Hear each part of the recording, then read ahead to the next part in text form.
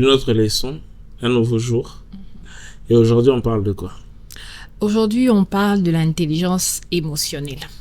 Ah, Oui, intelligence émotionnelle exactement. ou IE. IE, intelligence émotionnelle. En anglais, c'est EQ. EQ, emotional. Non, attends. EQ, c'est pas. Non. QE, c'est quotient émotionnel. Émotionnelle. Et puis QI, c'est quotient intellectuel. Intellectuelle. Maintenant, question. Est-ce que tu sais que le quotient émotionnel est un plus grand facteur de réussite que le quotient intellectuel? Comment ça se fait? Ben, c'est comme ça. Pour réussir, il faut que les gens, à un certain degré, veulent que tu réussisses. Si les gens ne veulent pas que tu réussisses, c'est compliqué de réussir. Parce que partout dans la société, il n'y a que des gens. En fait, la société est faite des gens. Pour pouvoir avoir les opportunités nécessaires, les ouvertures nécessaires pour pouvoir vous amener à réussir. Pas seulement les ouvertures. Tu dois être accepté. S'il y a une entreprise, tu vas entrer là-bas, il faut que quelqu'un t'accepte. Effectivement, oui. Okay? Pour quitter d'un point A à un point B et que tu veux prendre un transport, il faut que quelqu'un t'accepte. Si maintenant personne ne t'accepte, ça devient très compliqué. Ok. Cette leçon, c'est principalement pour ces genres de personnes, parce qu'il y a beaucoup de personnes très brillantes, mais qui ne pensent pas beaucoup une fois encore aux autres. Ça revient encore avec de l'égoïsme. D'accord. Qui sont là, braqués sur eux-mêmes. C'est un peu l'histoire qu'on est en train de parler. Il y a quelqu'un qu'on a emmené dans une entreprise. Il devait gérer le coworking et les guest house. Il vient là, il le fait inconsciemment. Hein? Je lui ai même fait la remarque, j'espère qu'il va s'améliorer. Il le fait inconsciemment. Mais quand les clients viennent se renseigner, le monsieur, il est froid. Il tisse jamais des relations avec des gens. Donc, quelqu'un peut avoir envie de donner l'argent, mais tu ne lui donnes pas la motivation. Parce que pour que quelqu'un te donne l'argent, il faut le motiver. Mais non. Les personnes qui ont généralement un quotient émotionnel assez élevé, c'est en général les femmes. Parce que leur taux d'agréabilité aussi est élevé. C'est pour cela que tu vas voir dans beaucoup d'entreprises, les caissières et les secrétaires, c'est les femmes. Pourquoi caissière? Parce qu'elle touche l'argent. Pourquoi secrétaire? Parce qu'elle deal avec beaucoup de gens. Et pour qu'ils aient une impression chaleureuse, c'est généralement les femmes qui sont placées là. Mais comment est-ce que l'on pourrait développer son intelligence émotionnelle? Pensez-moi à soi. Pensez-moi à soi. Pensez à l'autre. Être au petit soin. Poser des questions pour savoir comment mieux servir l'autre. Je me rappelle mon premier travail dans une entreprise qui s'appelle Target. La phrase magique qu'on nous avait appris, c'est quand tu rencontres un client, même si il sait ce qu'il fait, même si peu importe, pose-lui la question: excuse me ma'am, ou monsieur, can I help you find something? Oh, excusez-moi monsieur ou madame, est-ce que je peux vous aider à trouver quelque chose? Donc chaque client que tu rencontres là dans le supermarché, pose-lui la question, même s'il a déjà trouvé, pose-lui juste la question si tu peux l'aider à trouver quelque chose. Ok. L'idée, c'était s'intéresser à l'autre. Voilà, c'est ça. Okay. S'intéresser à l'autre. Ne pas être là en disant les autres n'existent pas. Il y a même un livre intéressant qui s'appelle Comment gagner les amis et influencer les gens, de Dale Carnegie, si je ne me trompe pas. À chaque fois que tu parles et que en fait, ce qui empêche, je vais reformuler ça, ce qui empêche beaucoup de gens à avancer ou même à tisser des bonnes relations, c'est qu'ils sont focus sur eux-mêmes. Ils ne pensent qu'à eux-mêmes. Oh non, ma chemise n'est pas propre.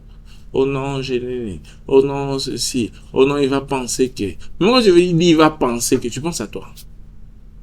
Et ça ne t'aide pas à avancer. Au lieu de dire, il risque de penser. Pose-lui la question de savoir comment il va. Au lieu de te dire, il va peut-être pas aimer.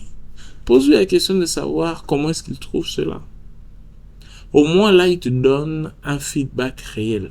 Ça peut paraître théorique, mais c'est comme ça que ça se passe quand tu veux avoir l'argent. Toi, tu sais, tu parles de temps en temps avec les clients aussi. Tu sais comment est-ce qu'il faut leur parler et tout ça là, pour que finalement, il tourne, il prend l'argent, il envoie où il vient, il dépose. Mais ça, c'est quelque chose que beaucoup d'hommes ont du mal à travailler. Pour les femmes, ça arrive généralement naturellement. C'est comme ça que tu vas voir beaucoup d'hommes, ils sont un peu comme... on dirait pas très bien dans leur point. Un peu, le terme c'est awkward, un peu bizarre. Ok. C'est parce que juste le taux d'intelligence émotionnelle n'est pas très élevé. Tu vois? Il peut pas regarder quelqu'un comme ça et dire non, la personne se sent bizarre. Je le calme d'abord. Ou je le parle comme ça, il se sent. Non. Beaucoup ont ce problème-là. Ok. Donc, pour pouvoir développer son intelligence émotionnelle, la chose à faire en premier, c'est de commencer par s'intéresser aux autres. S'intéresser aux autres. Et travailler sa sociabilité. Voilà. S'intéresser aux autres, ça veut dire quoi? Vous devez garder à l'esprit que les habits communs, c'est pas nous-mêmes qui le mettons. La nourriture qu'on mange, dans la majorité des cas, c'est pas nous qui le préparons. Les voitures qu'on conduit, c'est pas nous qui les fabriquons. Ouais. Les chaussures qu'on met, c'est pas nous qui les fabriquons. Cette vidéo ici, c'est pas nous qui sommes en train de la filmer.